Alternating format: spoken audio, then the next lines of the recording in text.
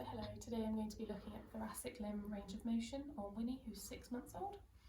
So to begin with, I'm going to start with the distal interphalangeal joint, for which we've got flexion and extension. I'm then going to come up onto the proximal interphalangeal joint, where again there's a good degree of flexion and extension.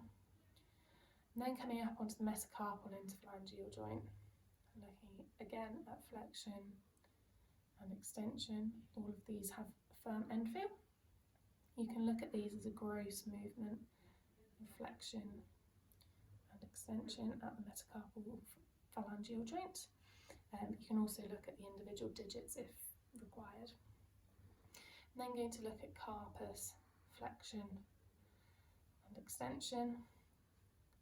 Carpus flexion has a soft tissue approximation, so there's a soft end feel, preventing further flexion.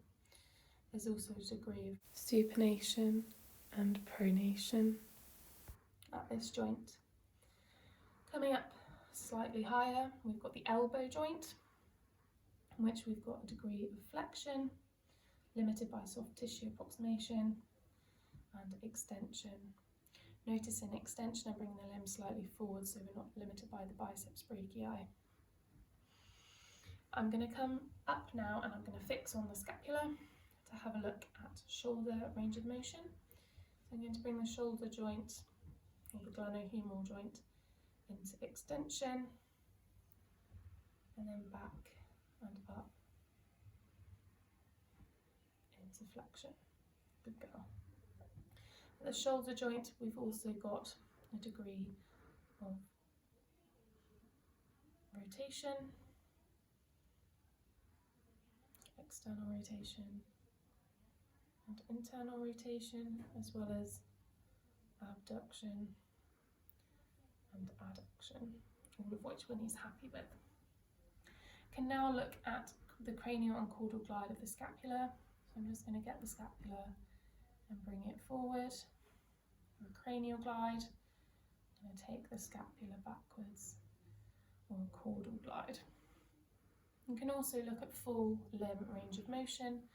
So we've got protraction, so bringing the whole limb forward and up. So there's a very good degree of protraction there in Winnie. And we can bring the limb back into retraction.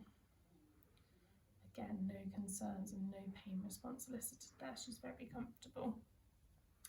So I'm now going to look at the degree of carpal flexion using my goniometer. So I'm going to bring the carpus into full flexion. And before placing my goniometer.